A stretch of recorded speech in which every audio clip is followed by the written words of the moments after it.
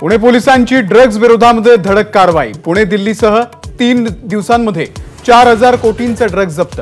पुण्याच्या इतिहासातली आजपर्यंतची सर्वात मोठी कारवाई असल्याचा दावा।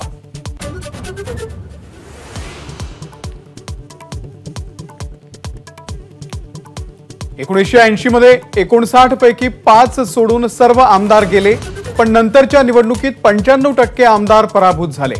शरद पवार यांचं वक्तव्य। इतिहासाची पुनरावृत्ती होणार असल्याचाही दावा।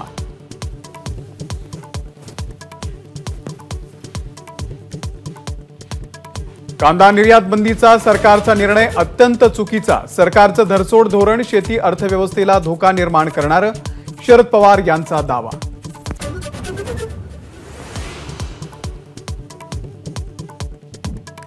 मंजूर झालेलं आरक्षण मराठ्यांसाठी फायदेशीर नाही, मनोज जरांगेंची टीका। आज आंदोलनाची पुढची दिशा जाहीर करणार। दुपारी अंतरवाली सराटीमध्ये समन्वयकांची बैठक।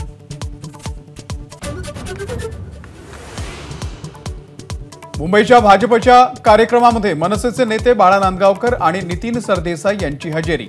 आगामी काळामध्ये युती झाल्यास काही अडचण नाही, नांदगावकरांचं सूचक वक्तव्य।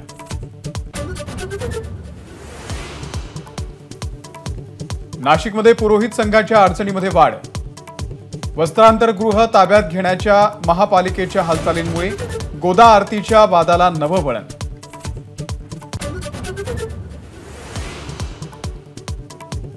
प्रक्रिया न करता सांडपाणी कृष्णा नदीमध्ये सोडल्या प्रकरणामध्ये सांगली महानगरपालिकेला 90 कोटी रुपयांचा दंड। दंडाची रक्कम 15 दिवसांमध्ये भरण्याची प्रदूषण नियंत्रण मंडळाची नोटीस।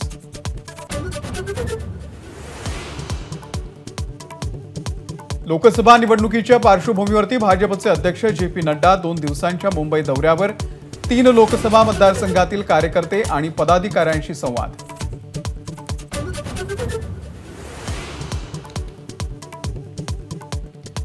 राज्यात आजपासून 12वीच्या परीक्षेला सुरुवात। निर्धारित वेळेनंतर विद्यार्थ्यांना 10 मिनिटं वेळ वाढवून मिळणार। एबीपी माझा, उघडा डोळे बघा नीट।